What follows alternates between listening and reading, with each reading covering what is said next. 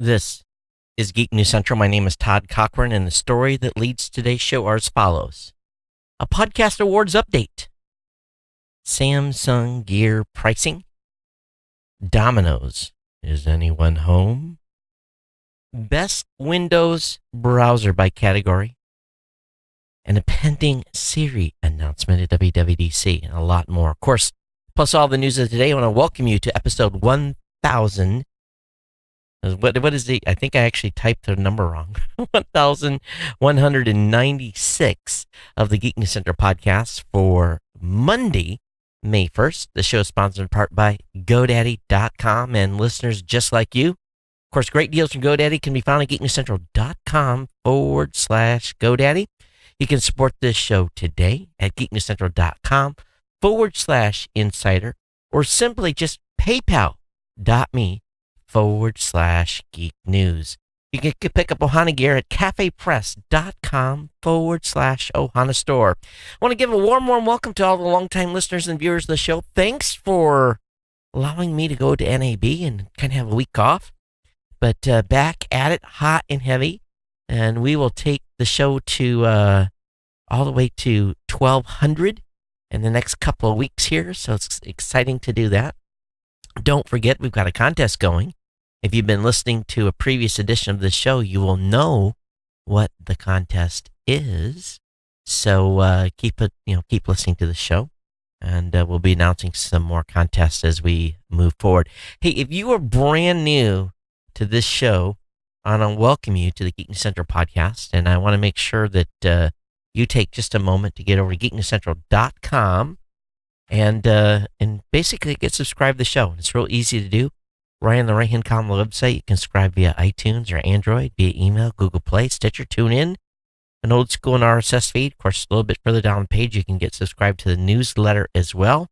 The newsletter is where I send out an announcement. Basically, it's a link to every piece of content that I'm going to talk about during the show tonight, including whatever little show notes I put at the top. Same thing that goes in a blog post, essentially, but you get it in your inbox, reminding you that there is a new show on the street. Of course, we want you to provide feedback, and really easy to do that is just to send me an email, geeknews@gmail.com. You can follow me on Twitter @geeknews. You can join our Slack chat room, which has been a little bit more lively the last couple of days, by sending me an email. Let me know what you want to be in the Slack channel. You can follow on Google Plus or on Facebook just by searching for my name, Todd Cochran. Watch this show on the Roku via the Tech Podcast channel or on Apple TV. Listen on the Amazon Echo by telling Alexa to play the latest edition of this show's name. You can listen on Stitcher. You can watch or view at blueberry.com, or you can tell your Google Home device, okay, the device, play the podcast, Geek News Central. Of course, we want to thank our partner shows here, which would include No Better Than Average with Jacob and Jeff, The Gadget Professor with Mr. Don Bain, and he's starting to put up some of his NAB content. Of course, a reminder that our Pro Gear site was pretty active at progear.guru, and of course, the Podcast Legend Show with the recent interview of the Podfather himself, Mr. Adam Curry. So lots to consume, and I'll be back here with you, just rocking hard over the next couple of weeks. No travel is planned, so you've got me for the foreseeable future. Of course, we want to thank our sponsor. This show is fully supported and fully sponsored by our good friends at GoDaddy. You can find out more about our offers at GoDaddy by going over to geeknewscentral.com/GoDaddy, and when you're over there, you'll find all of my codes on the page. That way you can save the most just by linking or clicking on the link or using the code at checkout at GoDaddy. Whether it be 30% off new product purchases, 99cent.com, $1 a month economy hosting for the first year with a free domain, whether it's $1 a month managed WordPress hosting for the first year with a free domain, or that just 1 month free trial GoDaddy website builder. And that's all available as you can get connected. Now, GoDaddy has lots of products and services. We want you to take advantage of those. Use that 30% off new product purchase code as much as you can. But Mother's Day is coming up. What are you getting your mom? Have you already got her domain name? Have you set up a website for her? that may have a montage of pictures from over the years. What are you getting, Mom? And, hey, a domain name and a website is a cool way to go. And guess what? For $12, you're still going to have to buy flowers. You're still going to have to buy dinner. All right, that's two givens, right? But you can give the gift of a GoDaddy website, and that's just an idea for you. Just a little hint, little something kind of unique. Maybe Mom is into that, so maybe you have to go with something more traditional with some perfume or something like that. But don't forget your moms, and make an excuse to pick up a product.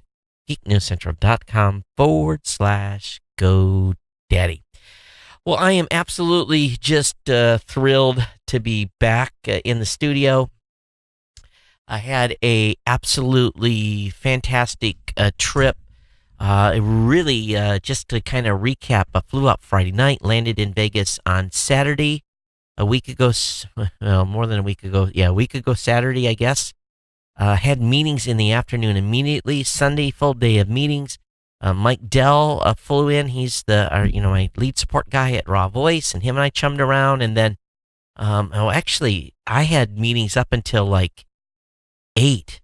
Something really strange just happened. I'm looking out my window here at the studio. My neighbors never turn off their upstairs light. It's a light that's always on. It just blinked off. It's kind of spooky. I wonder if they're watching. Well, anyway, so Mike got in Sunday, and then we chummed around Sunday evening. Monday morning hit the show hard. Really traversed the entire show. And I had a few places, about a dozen vendors I wanted to meet with. But it became very apparent very early on that really the story that I thought was the story of the show was something I've been waiting more than a year to hear.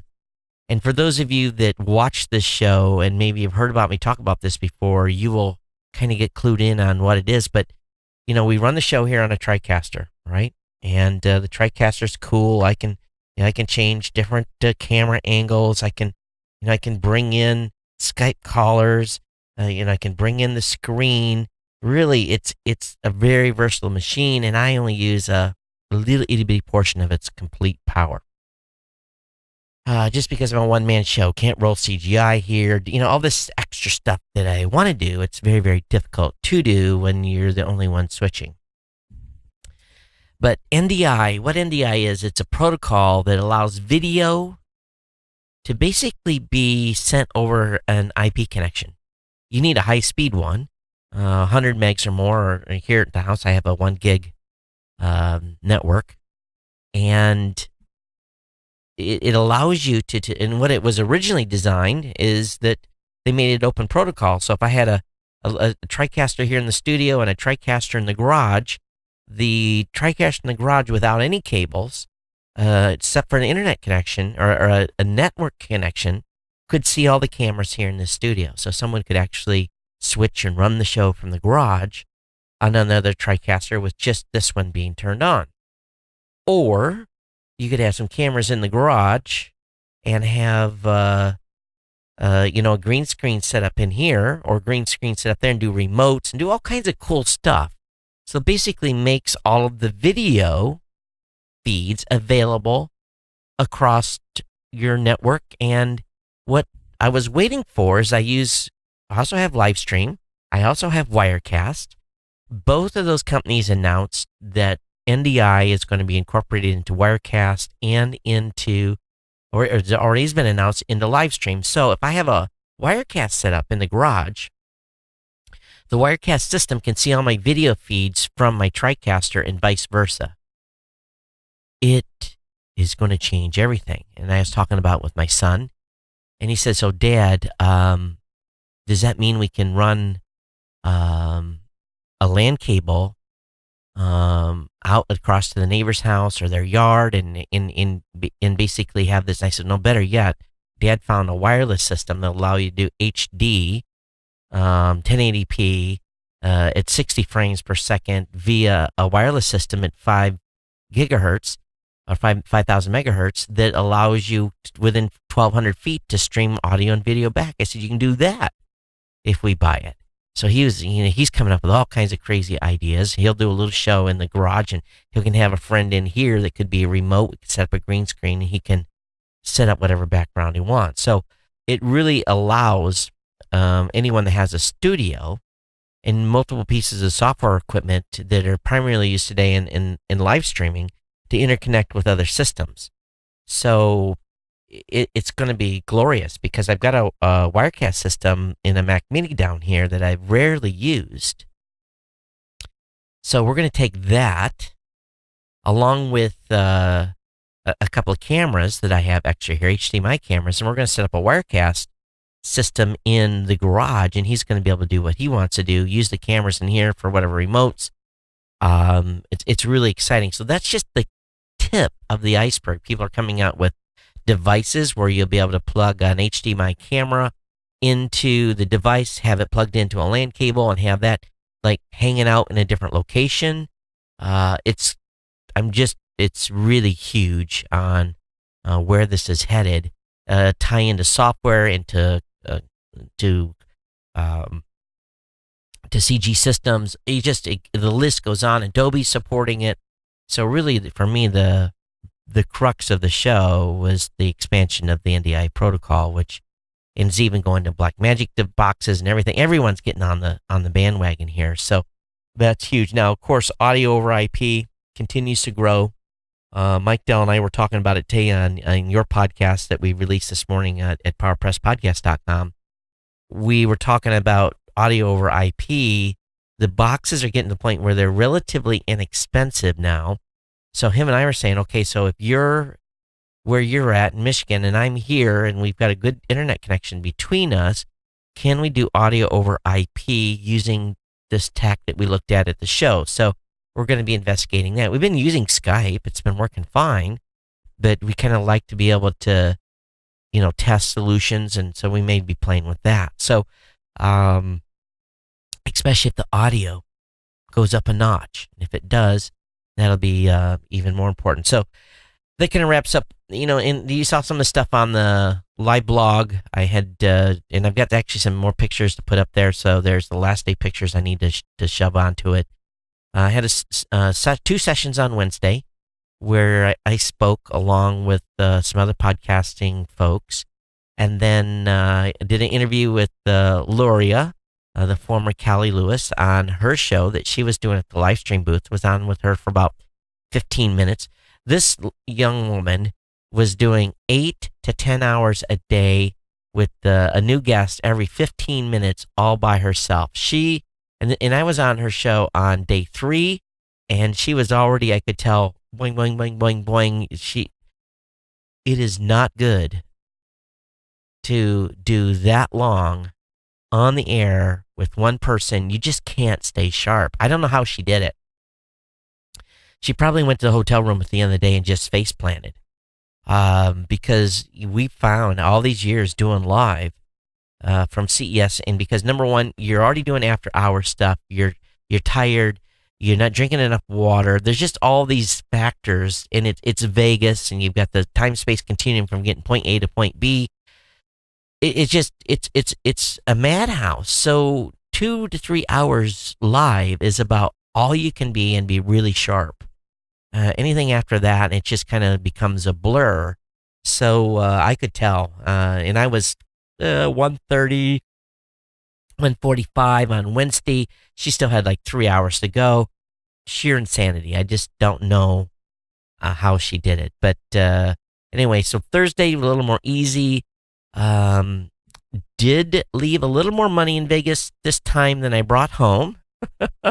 Not bad. The craps tables were absolutely horrendous. I was winning on blackjack and then taking the money over to the craps table and losing it. And so I was down a little bit, but I quit playing. My last 2 days there, I stopped because it just, every time I went to the craps table, they were throwing a 7. It just, that 7 was like, oh my God. If I'd have played the don't pass line, I'd have come home with $5,000 because they were surely throwing the 7 a lot. So anyway, that's what's going on. But good news, and before we get into the regular show content here tonight, and a little late start, my son had soccer. That's almost over. I think we got one more game. So school ends here on May 31st. So we get out a little bit early than those of you in the lower 48 or the mainland, as we like to say. So he got his announcement from the high school that he's been picked up to be in the Mini-Mac program. He is very jazzed. So I am going to have a fully trained, by the time he gets out of high school, he's going to be, I shouldn't say he is going to be a fully trained videographer to be able to do shorts, do public service pieces, do maybe a medium length film feature, you name it, plus all the software editing. I'm totally jazzed for him, and he is on cloud nine.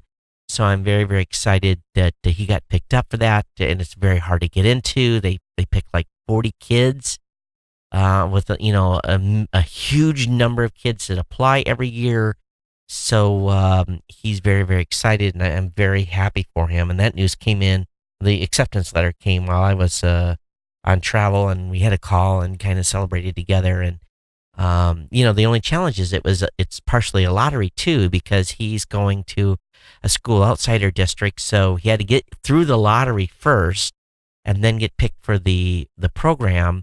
And so there's some of his classmates are not moving on to high school in the same high school he's at. So I've told him,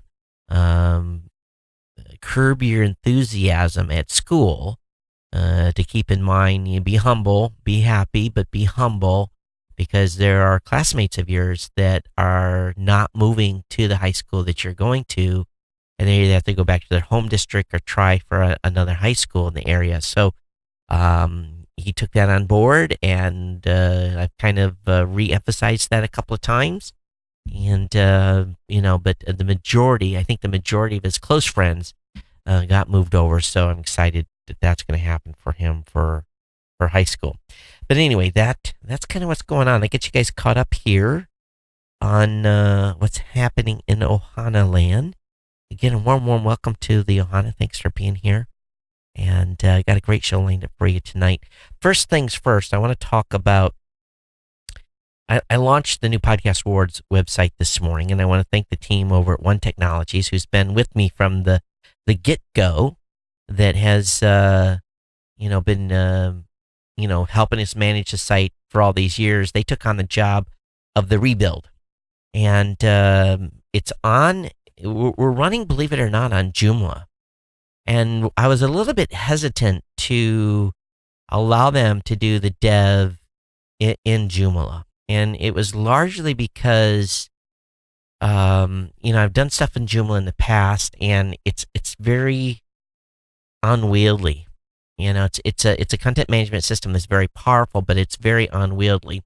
But they explained to me they were going to be able to use a lot of modules, a lot of things that were built, and it was going to help keep the dev costs down. Now the bill's still coming in right around $5,000, and I'd say we're at about a 75% solution for the new site. But I'm excited where we're at, and announce the new rules. Of course, the sponsorship stuff is now open. It's mobile ready. So we'll see where this leads. What's kind of funny is that the group last year that caused so much controversy, their supporters are already kind of talking about it and poo-pooing some of the stuff. But the rules changes we made is I'm hoping will be a long-term solution to preventing some of the shenanigans that have been pulled over the last couple of years. There's no guarantee, but the main thing is I wanted everyone that registered and then had their audience come in and nominate their shows to have an equal opportunity to make the slate and then have a potential of winning. So the daily voting is gone. The biggest change was we're going to have 50 people that a team of 3 of mine are going to pick. 50 random registered podcasters are going to get to vote, and 250 random listeners are going to get to vote, with a grand total of 350 people voting for the 21 shows in the 21 categories. So that's the goal, and we hope to get enough sponsors and shows that are going to register that we will be able to have trophies again this year. I don't see any reason why we shouldn't. But again, the site's up. It's ready. It's again running on the Joomla back end. So I'm pretty pleased with where we're at. And, the main thing is I can edit the site now easily. I don't have to be uploading stuff. And I can add sponsors real easy. And I think it's going to be a good change, from a design standpoint. And it's mobile ready too. And that was important to me. So, anyway, we'll keep you advised on how that goes, but I'll be talking a great deal more about the Podcast Awards on the New Media Show this coming Saturday. So, but the main thing, again, was to level the playing field so that every podcaster that registers and then has their audience nominate have a fighting chance to win a category. It could end up, and if I was a podcaster, just be aware that there's probably going to be groups that will have 22 shows teamed up to try to win this thing again. Will anything be perfect? I don't know, but we also put some rules in that talk about the spirit of the Podcast Awards, and that was the main thing. Reserve the right to disqualify anyone that disparages or mocks, or because really the group last year that won the majority of the shows and won the majority of the categories, they were all laughing and mocking what was going on, and hope we'll have a repeat of that in the future, and changing everything up, even from the award ceremony as well. They're going to have to submit their videos, and so it'll be a more controlled experience, and while at the same time maintaining the mantra of being people's choice, where listeners will get to vote for their for the shows that have made the slate from the nomination process. But again, shows have to register. And again, it's not a money grab. The registration money this year will finish paying off the bill for the dev and pay for the trophies. We've never made money with the Podcast Awards. Matter of fact, it's usually a tax deduction because we always end up in the hole. But the main thing was to spend that, get that GoFundMe money that we raised last year and get that spent. And we'll be putting accounting up on the website when I get my invoices from them, and so that people can see exactly where we're at dollar-wise anyway. Okay, so let me go ahead and just start into the full tech stuff. First things first is I want to talk about Android, specifically Samsung Gear, and some pricing that is out that is kind of remarkable. You can now buy the Samsung Gear S3 smartwatch for under $300. And I've got some news today that's going to talk about, some of the things that we're finding and some of the things that are happening. And what if I got an ad trying to pop up here? Yeah, we got a Best Buy ad that's popping up. I've got some stories about what's happening in the watchwear space, specifically some stuff going on with Apple. But for the first, essentially, initially, we're going to, wouldn't it not? I swear to God, Flash. I think I'm just about done. I talked about this on the last show. I'm just about done using Firefox because some pages are just ridiculous. Okay, yes, continue. I swear to God, and it's all updated. But when I'm running the and I guess what I'm going to have to do is put a ad blocker on Firefox, because it just sits here and it freezes. And finally, it's opening up now. Yes, Adobe has crashed. Yes, I understand that. Let me get rid of that tab. And it's just some sites that do it, that really cause Firefox to choke on itself. But anyway, those Samsung S3 smartwatches, $299. So a pretty good deal. They're available to be purchased now. At the beginning of the show, I kind of talked a little bit about Domino's. And I'll be honest with you, I haven't had a Domino's pizza in a long time. And maybe I had some at someone's place, but typically if we order pizza, we usually go to Costco and get one of their pizzas. $10 pizza. We get Papa John's on a Deal Wednesday, or but I typically don't get Domino's here. But Domino's and are really kind of going to the extreme. Domino's has already enabled people to track their location of their pizzas. It comes from the shop to their home. But that's not enough for the company, which has teamed up with IFTTT to connect the platform to your smart home. Yes, it's a publicity stunt, although it's one that has a couple of useful applications if you're rocking a sufficiently futuristic home. One of the applications for Domino's branded applets involves turning on your home porch lights when the delivery person is near. Another is letting the system deactivate your sprinkler system to avoid any pizza splash incidents that would ruin your evening.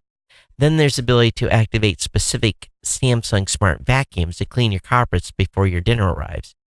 So the IFTTT coalition is working with Domino's to enable some of this stuff in the app. Now, having delivered pizza during a period of my life when I was expecting my first child, actually second child, let me just say, leaving your porch light on is an important thing, but it would be cool driving down the street and getting close to your house. All of a sudden, your porch light turned on, giving me the indication today, there's the house. That's kind of a cool feature for a driver, but kind of unnerving as a homeowner. But that's what Domino's is doing and trying to integrate with your smart home and your smart devices. I'm starting to get more articles from makeuseof.com.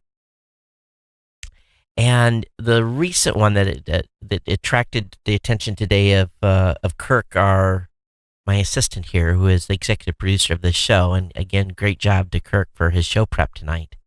And because I was completely slammed, so tonight's show is almost entirely produced by articles that he recommended. Although I had to cut down about 25% of them because he really found a lot of stuff. But the best Windows web browsers by category. And so if you're looking to save on resources, the lowest RAM usage is something called Green Browser. Never heard about this.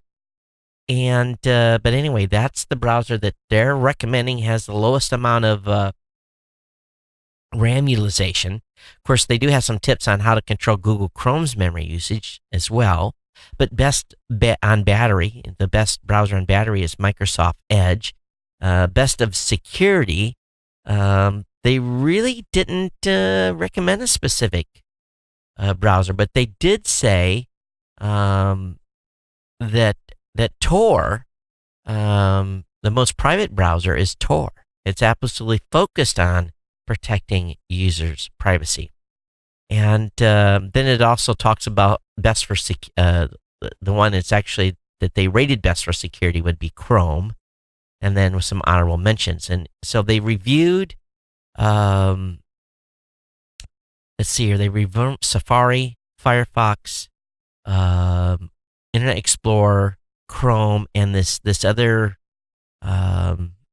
browser called the Green Browser. And so anyway, this is a link if you're looking for some alternative browser. This is some opportunities. The fastest was one called SlimJet, which is interesting. Best tab manager for a browser was from Vivaldi, Vivaldi, which is kind of curious. But anyway, good article on browser comparisons. I'll have the link up in the show notes for you to check that out tonight at geeknewscentral.com. The WWDC is coming, and there's some speculation that Apple could announce its rival to Amazon Echo at the developer conference in June. Noted Apple analyst Ming-Chi Kuo made the prediction via 9to5 Mac, stating that the product will be a high-end speaker with built-in Siri. Apple will reportedly market the device as having superior sound quality and computing power to the Echo and Google Home, with the product set to sell for a similarly premium price tag, so probably $299. Kuo predicts the Siri speaker will go on sale before the end of the year. He's not certain will be announced at WWDC, but he says it's coming. This could be the, oh, by the way, we have one more thing type of announcement at WWDC. So would you buy a Siri-enabled speaker like you do now for your Echo or your Google Home? Would you have either one of those? If you're an Apple guy, would you buy Siri to replace? I don't know. I guess we'll have to see where it leads. Everyone right now, and we're moving on to a new topic here, is getting into the car sharing business. If you have a AAA membership, a lot of people do for towing, but my car insurance has a towing plan, so I've never really had a AAA membership. But they're launching, it's called Gig. Gig will be similar in terms of service like Enterprise Car Share or Zipcar, where users rent cars via an accompanying app. The rates start at $2.50 per mile or $15 per hour. Or if you want a car for long term, you'll be paying up to $85 a day. However, the difference in Gig's models is you won't have to return the car to a designated spot. Instead, what has happened is that Gig has made a deal with the host cities that it operates in, where the user can drop off their cars at any metered parking spots or public parking space, which means that you won't need to make a detour when you end your trip. The service will be launching in Berkeley and Oakland, with plans to eventually expand to San Francisco. Again, high-density markets where there's lots of students that can use this. But let's be honest, $85 per day, $2.50 a mile, you can rent a compact vehicle. When I was in Vegas, I rented a compact car, unlimited mileage, and for the time I was there, it was like after taxes, like $29, $30 a day. So it was very inexpensive to rent the car there. There's some cities are more expensive, obviously, to rent than others. Chicago is a pretty high rent area, but this doesn't make sense for a lot of markets. $85, you can get a pretty nice vehicle, a luxury vehicle, at $85 from most rental companies out there. So we'll see if this makes any headway on where it heads. The FCC continues to be in the news, and the register at the register.co.uk is asking, why is the FCC boss being such a jerk? Well, the FCC boss is now really stepping the game up and reversing things from the previous administration. Title II is the big one right now, where internet service providers are going to essentially be rolled back from being considered Title II.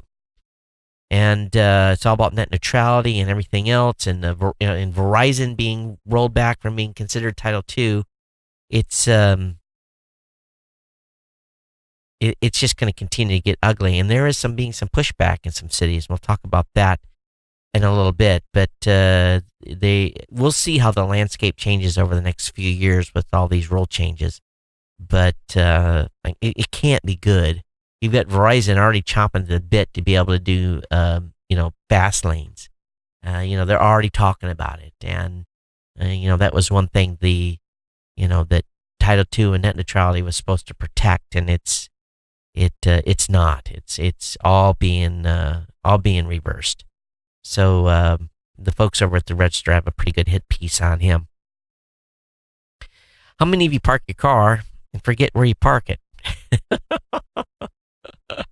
My problem was I couldn't remember what floor in the parking garage I parked the vehicle. I usually was basically valeting the vehicle, but I was trying to save a little bit on my budget and, not having to give the valet $2-3 a day, when he brought the car. I know, yes, I'm cheap, but, $2-3 over 7 days, that's a few drinks. So I was parking the car in the garage, and then my biggest problem was I on the second floor, third floor, or fourth floor of the parking garage, and there was a couple of times I got off on the wrong floor. But if you want to use your Android or your Google Map application, you can now, it'll remember where you parked your vehicle. And for Android users in Google Maps, tap the blue dot and click Save Your Parking to add your parking location to the map, and it'll get you within 36 inches. So that way you can remember. And you can also put in what time your meter's going to expire, so that you have the countdown clock going to basically tell you when you need to come back before you get a ticket. It's got the ability to explore nearby, share your location. You can download, so you can look at the what's in the area offline if you go into a building and you lose service. So that's something cool that you can use with Google Maps on your Android or on your iOS device.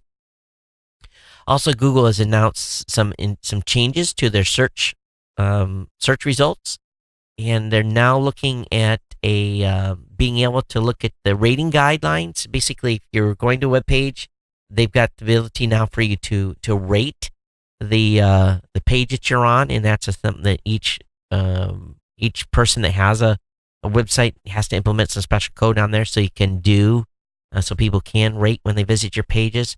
There's some ranking changes that are going on. I need to look at see where we've fallen out on that, because sometimes you go up, sometimes you go down. It's pretty easy to see where your traffic is on these changes. But we'll look at those queries to see where things have changed. And they've made it easier when you get to do search results to be able to say, this is hateful, I don't like this is racist, this is fake news, this is harmful, dangerous. You can actually flag stuff on their site. So it's pretty cool. So they're trying to build transparency into their search products. So I have more information about this linked up in the show notes. Over in Universe Today, they had a pretty cool video. You and I, we only have so many seconds left on this world, and hours and minutes and days, and we're all headed toward a destiny that ends up with us departing and being either buried, cremated, or plowed down, or whichever way you decide to be taken care of after you have passed away. So what happens 2.4 million years from now is of little consequence to all of us. We will be pixie dust by then. But they did some simulation. The European Space Agency is doing some predictions on star movement. And there's a video that shows 2 million stars and what happens to them over the next 2.5 million years and how they move. And as far as the first data release of the European Space Agency's Gaia mission, Gaia is a space observatory parked at the L2 Lagrange point, a stable point in space 1 million miles behind Earth as viewed from the sun. Its mission is to basically look at the sky and to map and see what happens to over 1 billion astronomical unit stars, and create a three-dimensional map of the Milky Way. So this is a pretty cool video that they've come up and shows what's going to happen over the next 2.5 million years. It's cool, but you're going to get about 30 seconds of it, and you're going to be like, okay, that's enough. So link will be up in the show notes on this. Hey, Mike. Well, hey, I'm glad I'm back. I'm not sniffling. Mike Dell said he caught a little bit of a bug. My voice, the only thing that's going on for me from NAB, to be honest with you, is that Friday night, I was out on Fremont Street, and I just about, I had to go back to the hotel. The noise pollution, there were so many bands playing, and it was hitting me from both sides. It just kind of got I've had enough. and went back to the hotel room and basically watched some TV Friday night, just because I'd had enough of the just this massive influx of sound, and the hotel room was really the only place to escape it, because when you're at a casino, ding ding ding ding ding ding ding ding, hearing all that. So that's the only thing about Vegas is the noise pollution is intense. I could not be a table dealer, a bartender. There's no way I could work in that atmosphere day in and day out without going insane, to be quite honest. So, a little bit but Saturday night, I was fine. I was able to hang out and do good, but just Friday, I'd had enough. And that was my only real reaction. But be honest with you, a lot of washing hands. The Sony folks were not talking about their NAB truck being stolen. I asked. They said nothing. I was in their booth, looked like everything was there. Didn't see anything look out of the ordinary.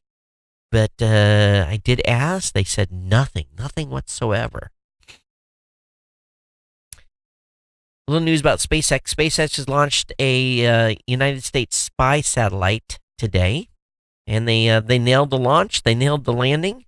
The National Reconnaissance Office did request that they shut down the live video for 2 or 3 minutes, largely probably to protect the orbit and anything that may have been seen by the video when they're deploying the satellite. But from all indications, they made orbit, and they put it where it needs to be, and then they had some cool reentry video that's something I've never seen before. So this is awesome. It's awesome to watch the reentry of the first stage. So I'll have that link up in the show notes for you today to take a peek at. All right, the weirdest thing I've seen today in the news. This is bizarre. I mean, this is on the weirdo 10 scale. And it's been reported by the folks at CNET. A robot journalist was doing reporting for the Chinese news agency. This eerie video, a humanoid robot interviews the founding executive editor of Wired magazine. Now, first of all, this dude from Wired has never used Skype before, because it's got this, really bizarre camera angle. First of all, him on the screen was weird to begin with. And then they got this robot that's standing in the frame and doing an interview with this dude. Yeah, I'm serious. A journalist that are on television, you don't have to worry about your jobs as of yet. This was a freak factor number 10. A beautiful and smart Chinese human robot. Jaya says hi. It's the weirdest thing I've seen all day, and him agreeing to this interview and the way they had him positioned and camered up.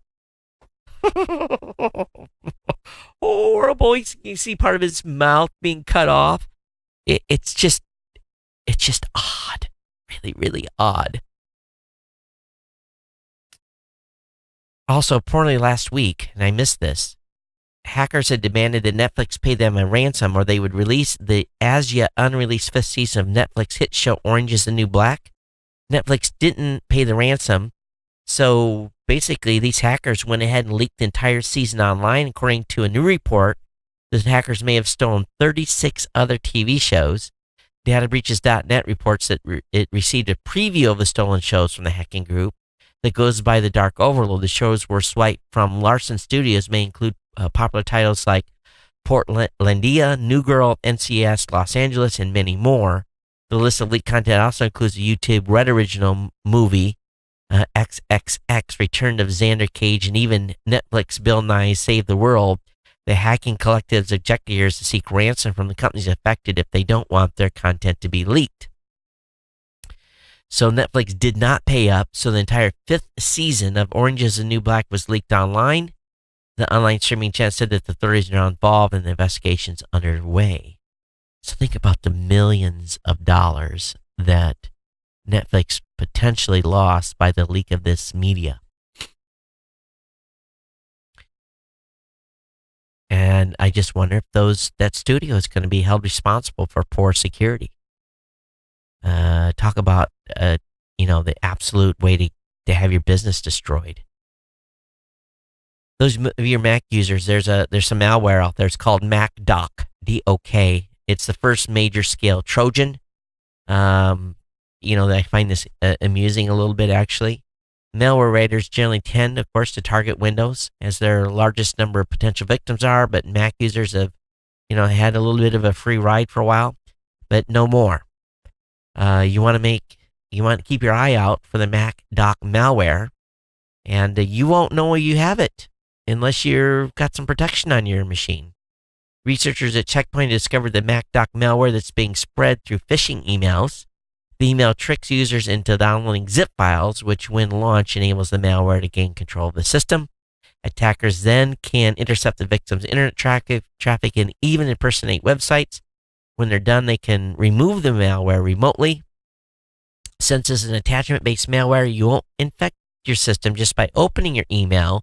Again, you have to download the attachment, unzip it to actually open the door to hackers. So just don't download any attachments to email that you don't know who it's from, okay? Also, for those of you that have Android devices, how many of you hand your phone to your kids to keep them entertained? My phone goes to my kid to do text messages for me as I'm dictating as we're driving down the road. But your Android Pad has a built-in child-proofing feature so that they won't delete stuff. And this is for the little ones that may, try to remove something off the screen and not knowing. There's a way to lock that. So you can pin your screen lock. So I have that link up in the show notes for you to check out. Also, if you live in Manchester by the Sea, you're getting hooked up. Amazon's sending a gift box to every Manchester by the Sea this week. The company sent a press release. Customers will receive a code that claim their 1-year Prime membership and a 3-pack of Wickedly Prime popcorn. The town has about 5,000 residents, although it looks like the gift box is restricted to 1 per household. And so Manchester by the Sea coming to Prime on May 5th, and they get a free Amazon Prime membership for 1 year.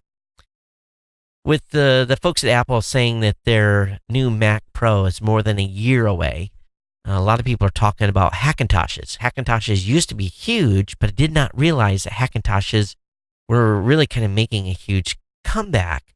And Apple has been pretty lenient on Hackintoshes.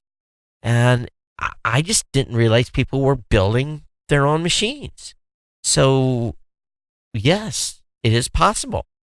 And again, Hackintoshes are standard PCs that runs the Mac OS, and you can do pretty much anything you want.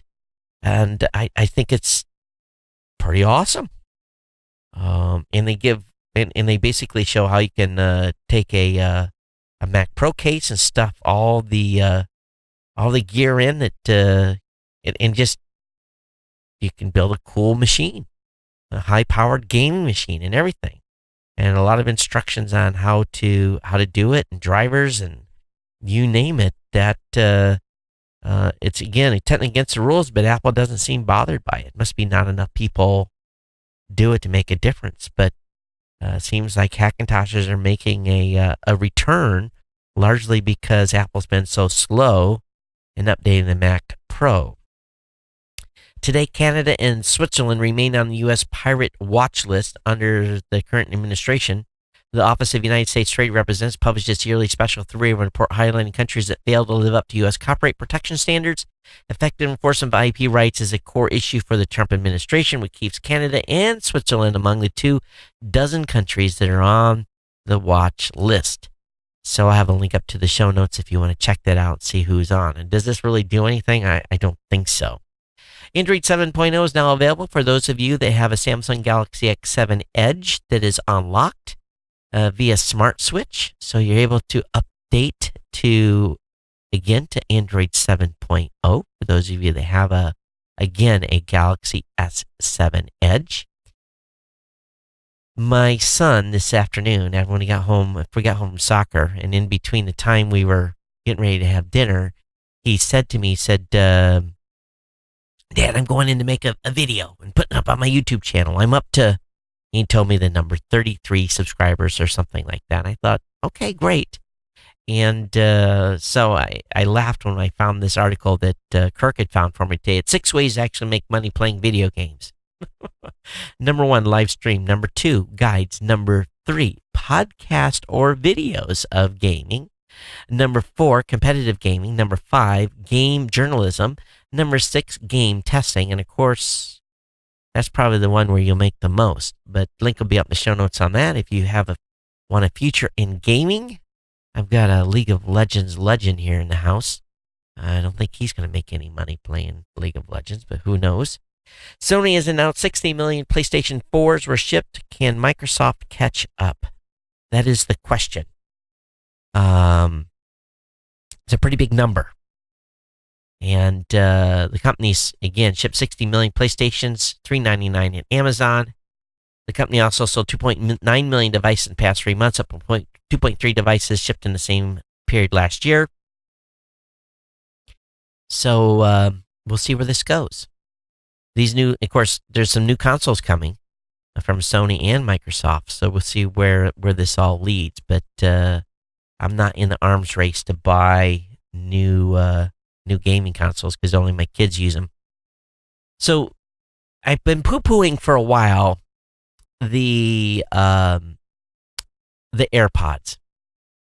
So when I was at NAB, I saw a lot of people using them, and a fellow that I trust, that I've known for many years, he talked to me about his utilization of AirPods and how he was absolutely in love with his AirPods.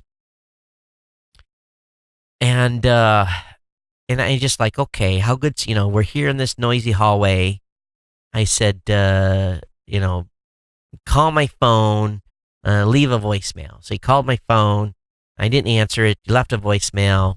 A little bit later in the day when I was somewhere where I could listen to it back, I listened and it had fantastic noise isolation, better than I would have ever imagined. So are any of you using the AirPods? If you are, I want to hear from you. geeknews@gmail.com. Tell me, give me a thumbs up, thumbs down. It's a very expensive set of earbuds, but people are making all kinds of accessories for them. Elgato, ELAGO is making a charging stand for AirPods. Sometimes the accessory stuff gets a little crazy, but it's available for $10.99 on Amazon. But how many of you had good experience with these new AirPods from Apple? On my way back from on my way back from San Francisco, I was sitting beside a guy who works for NVIDIA, and we were talking about gaming graphics cards, and talking about GPUs and where things are headed. And he specifically works, even though he works for NVIDIA, he works with Nintendo. He spends at least a week in Japan every year, basically being the liaison between Nintendo and NVIDIA. So I was kind of dogging him a little bit about the Nintendo NES Classic, that there never was enough of them that were going around for sale, and we kind of laughed about that a little bit. But he was basically talking about their latest product and how they're doing, and what really is happening on the graphics side with NVIDIA and some of the stuff that's going on with artificial intelligence and just heavy-duty processing of what these GPUs are able to do. It's an exciting time for the entire computing space and what's going to be accomplished with, you've got these graphic cards that can do incredible amounts of fast calculations, tie that to a super fast processor, and you've got a supercomputer on your hands. But it was an interesting discussion with him for about the 30 minutes or so we talked before we took off. Then both of us did the some combat nap across the pond. But And anyway, I found an article today that links up talking about the NES Classic and their shortage and what's going on there. I'll have that linked up in the show notes as well. Ars Technica has a great hit piece on Verizon on their bizarre claim that the FCC isn't killing net neutrality rules. It just really goes into a lot about what we know already. You know, Verizon opposed net neutrality before Title II. You know, Verizon claims it supports the core of net neutrality rules around that forbids ISPs from blocking, throttling, or prioritizing internet content in exchange for a payment, while opposing only the use of the FCC common carrier or Title II authority to enforce those rules. And with the FCC commissioner rolling back Title II, you know, Verizon's pretty giddy right now. So I'll have this link up in the show notes for you to take a look. Those of you that don't think there is going to be impact from this, this is a good piece for you to look at, because I know some of you are in favor of some of this rollback. Because I've heard from some of you privately that have said that. So link will be up in the show notes for you to at least get an additional opinion. What's going on? My stream supposedly has ended on Facebook. What's up with that? Why did my stream end? Huh. Am I still live on YouTube? Nothing. I'm dead. I am dead in the water. Isn't that interesting? Okay. Huh.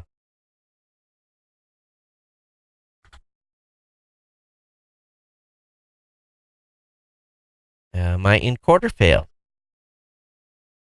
Well, I am off the air. We're here without the live audience.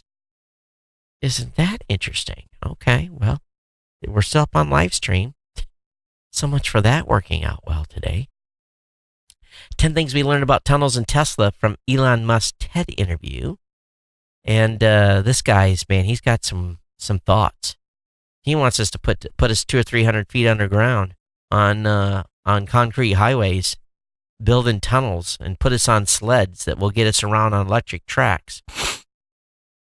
Yes, he's got some crazy ideas. He wants to get the traffic off the road and drop us underground. I don't know how much this is going to cost or how much this is going to work, but that's his vision. Also, if you like products at Griffin.com, 20% off site-wide at Griffin with code for Mother's Day. There's a deal alert. I'll have that link up in the show notes for you to check out. Also, MIT has basically developed an app that measures walking speed with wireless signals to detect health problems. So they did something called Wigate, WIGAIT. It measures walking speed, which can help predict potential health issues by analyzing wireless signals. It is reportedly more accurate than a wearable such as a Fitbit or GPS via phone. The device supposedly could help develop health-aware smart homes. So, I'll let you guys dig into that one a little bit deeper. Also, if you go overseas, piracy's running absolutely crazy. But if you're in Ethiopia, all you gotta do is plug a USB stick into a kiosk and select the movies you want to download. And for about $1, you can fill that USB stick up with all kinds of, all kinds of movies. It just goes to show you that piracy is still alive and well, and it's a beautiful little kiosk by a company. And but it was at an Ethiopian Walmart, which is the equivalent of a Walmart. But the ATM style machine has a monitor where customers can pick out a movie. And they were between 13 and 22 cents per movie. Single songs were available for 13 cents, as were TV show episodes. So these have been available for about a year. So interesting. Apparently the person that runs this company, all he does is go out on torrent sites and grabs data and is able to update them. So entrepreneur at work in Ethiopia, 13 cents a movie. over on Slashdot, there's a report that Taser will be using police body cam videos to anticipate criminal activity. So with an estimated one-third of all police departments using body cams, police officers have been generating millions of hours of video footage, which has been loaded onto sites such as evidence.com. And so Taser is now going to be taking that and analyzing that video to come up with basically scenarios where it says, okay, I've seen this before, and there's about to happen criminal activity, and it alert the officer. So this is kind of interesting what they're going to do. We'll see where this leads as time goes on. Hey, the Met put a post up on Geek News Central. Wizard World Free Comic Book Day on May 6th talks about where you can get free comic books, whether it be in Philly, Sacramento, Columbus, Orlando. All these free days are linked up. I'm not very familiar with this event, but Matt put this up on Geek News Central, so it's an article that you can check out. Also, the president is launching a new tech group to transform and modernize the U.S. government. This is interesting. He tends to huddle with top technology executives in early June to discuss ways to modernize the federal government's IT sector. You know, when I was in the Navy, we had this system called NMCI, and I called that non-mission capable internet. It was horrible. I mean, absolutely horrible. He's got a lot of work to do to try to update the tech in the federal government. It's just not an easy process. The legacy, the security, everything. It's just simply ridiculous, to be honest with you. Also, a good report out on the New York Times talking about the tipping point for Amazon when it comes to clothes and how it's really starting to impact big companies like Macy's and so forth, on how they're really selling a lot of clothes online, designer clothes, everything else.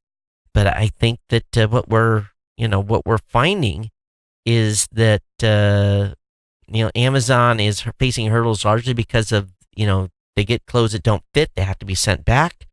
But they're really working towards the point where you can stand in front of a scanner, be scanned, and then Amazon will know your exact dimensions to be able to, recommend clothing for you. And with a liberal return policy, they could really transform shopping even more than they already have. Because what do we all do now for clothes? Most of us want to try it on. But if you can have 4 or 5 outfits sent to you from the comfort of your home, you get them, you try the ones on, and you send the ones you don't want back. Pretty smart. Pretty smart. Apple is about to announce a cash reserve exceeding $250 billion. That's more than the market value of both Walmart, Procter & Gamble put together. It's even greater than foreign currency reserves held by the United Kingdom and Canada combined. It's a safe assumption that Apple cash pile, they feel, has crossed over $250 billion, and they were putting in about $3.6 million an hour in the final 3 months of 2016. So imagine that too. What are they going to do with that cash? They need to start buying some stuff. Microsoft Edge browsers updates are going to be separated from Windows 10 updates. So they're going to be able to update and do security updates to the Edge a lot faster than what maybe the actual standard operating system updates will come at you. Also, Netflix's 4K streaming previewed with NVIDIA's GeForce GTX 10 cards. Initially, when they launched the GTX 10 series in May of 2016, that the new graphics card had support for Netflix, but because of DRM requirements, it made it next to impossible for PC users to stream content in 4K. But they've made some updates. That a 4K Netflix technology previews live. It made the announcement quietly by adding an article on its customer support portal. Customers who have the right hardware and software configuration can now stream 4K content from Netflix on their PCs via the Netflix Windows 10 app and the Microsoft Edge browser. And that GTX 10 card is about a $400 video card. Yahoo Finance has leaked pictures of a Fitbit's upcoming smartwatch, and it's a mock-up. So I'll have that link up in the show notes if you're a Fitbit fan. Also, NBC Universal Channel confirmed for Hulu's live TV streaming service. Hulu today confirmed that it's signing an agreement with NBC Universal to bring its channels to the new streaming service, include NBC Telemundo, NBC Sci-Fi E, as well as MSNBC and CNBC News networks. Hulu will soon afford a complete TV package for under $40 a month. So don't have the full list of channels, but there's a couple there that I could do without, specifically MSNBC. If you have a Nexus phone, just be aware that they are really starting to announce dates for end of guaranteed security updates. If you have anything older than a Nexus 5, they've already stopped doing updates. So, for example, the Nexus 6P, September 2018, Nexus 5X, September 2018, Nexus 9, October of this year, Nexus 6, October of this year. All of the other ones they're done. They're not doing any more security updates. So just be aware of that if you have some of the Nexus products, all right? The mother of Wi-Fi. Did you know that an actress, a 1933 black and white Czech Austrian movie called Ikatase, or Ecstasy, which was first exhibited in a German art museum earlier this year, featured a absolute Hollywood bombshell who was not only a famous actress. She came up with some wartime inventions that had earned her the title of Mother of Wi-Fi. Let's see here. What is her name? Lamar is her name, last name, I guess. Heidi Lamar. And seeing a picture of her, she's absolutely beautiful. But she designed basically a RF hopping signal that the Navy used for radio-guided torpedoes and to help avoid enemy interference during World War II. So she's actually one that was basically credited with the mother of Wi-Fi. So I'll have that link up in the show notes. Interesting documentary on the Engadget website. All right, a little more information on net neutrality blowback. I'll have that up in the show notes. Airbnb has agreed to register all hosts in San Francisco. I think we heard that last week before I left, so I'll skip that. The Chinese government is recruiting 20,000 people to create an online encyclopedia that will be the country's own China-centric version of Wikipedia, or as one official put it, the Great Wall of Culture. Great Wall of Propaganda, I am sure. So the Chinese encyclopedia is not a book, but it's a Great Wall of Culture. Yang Muji, the editor-in-chief of the project and chairman of the book and the periodicals Distribution Association for China, said he added that China was under pressure for the international community to produce an encyclopedia that will guide and lead the public and society. So 20,000 people will be probably paid slave wages to write this Wikipedia equivalent in China. Facebook is doing some in-app store loyalty programs. So if you are in a store and see a Facebook QRC code and you scan it with your phone, I guess you're going to be getting some rewards. So just be available of that. I'll have that information up and link in the show notes. If you've got a Samsung Galaxy S8, they're basically seeing some screen burn-in issues. So keep aware of that. And if you're seeing burn-in issues, you may want to take your phone back and have it replaced. Also, there's news out that the Apple Watch is having some challenges in major app developers quietly pulling their support for the device. According to reports, it's been noticed that major apps such as Google Maps has dropped support for Apple Watch. There's no mention as to whether Google plans on eventually reinstating it, but it's just one of many that have disappeared from the App Store. Even having Google app, I don't use the thing very much at all. I really, really don't. But anyway, link will be up in the show notes on that.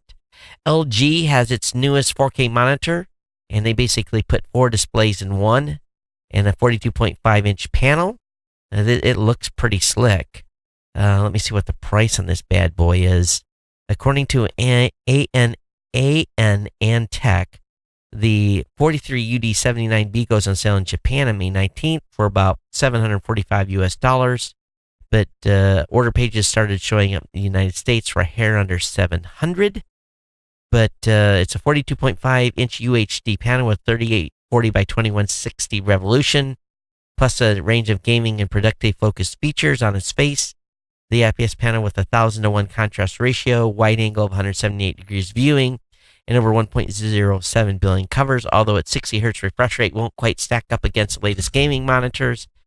The system does boast a game mode black stabilizer and dynamic action sync mode, so it might be a monitor that you'll want to look into, and looks like for a decent price for a 4K monitor. Intel is patching a remote execution hole that's been hidden in business servers since 2008. For the past 9 years, millions of Intel workstation server chips have harbored a security flaw that can potentially be exploited to remotely control and infect systems. So they basically, in their Intel's active management technology manageability, and they've issued a standard manageability and small business firmware version to update this. So if you have any Intel business machines, they need to be updated. So I'll have a link up the show notes. So this has been out there for a while. So they list the different cores that have the problem. The short version is every Intel platform with AMT, ISM, and SBT from Nehalem in 2008 to KB Lake in 2017 has this security issue. So, again, I'm not familiar with these business offerings. I am familiar with the chips. The link will be up in the show notes on that for those of you IT guys that may have a problem. Sirius XM has acquired connected car company Automatic for over $100 million. So I thought it was initially they had acquired Automatic, the WordPress creator, but that wasn't the case. So Sirius is definitely looking at connected car stuff deeper. AMD, boy oh boy. Revenues of $984 million were up 18% from the year ago. The boasted sales weren't enough to get AMD out of the red, and net losses for the quarter was $73 million. That's better than a year ago, and it was $109. Non-GAAP loss per share was 4 cents. And they feel that they'll be on the road to profitability next quarter, but doesn't smell good for AMD at all. And I'm a big AMD fan. I like the underdogs, even though I own stock in Intel. IAC to buy Angie's List in a deal valued at over $500 million. IAC Interactive Corp. agreed to buy consumer recommendation website Angie's List, intending to combine the business with its own HomeAdvisor online review network and create a new publicly traded company. So congratulations, $500 million acquisition. Are you a vegan? You can now drink Guinness, but only from a keg. I didn't know vegans couldn't drink beer out of a can.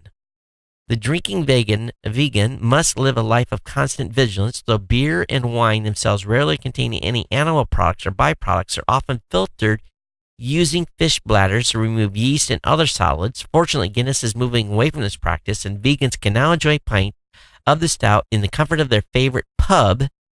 So I guess that's going to the extreme, but that's what they're announcing out of the folks from Guinness. All right, so we're down here at the end. I'm already long. Let me go to the comments. Let's see here. Let me look at the date on this. Yeah, no, I already read that one. But hey, we're going to bounce. Also, here's the thing you guys got to remember. We got a contest going, right? So, what did I cause you to purchase? And what was the favorite show moment? Okay, you remember those are the two topics, and emails to geeknews@gmail.com. So what did I cause you to purchase from the show? And what was your favorite show moment? Two separate emails, two separate $100 cash winners. Definitely send an email, geeknews@gmail.com. Everyone, thanks for being here. And we'll be back on Thursday, kind of back in the regular swing of things. But until next time, everybody take care. It's been my pleasure bringing the show. Everyone, see you next time on the Geek News Central podcast. Take care. Bye-bye.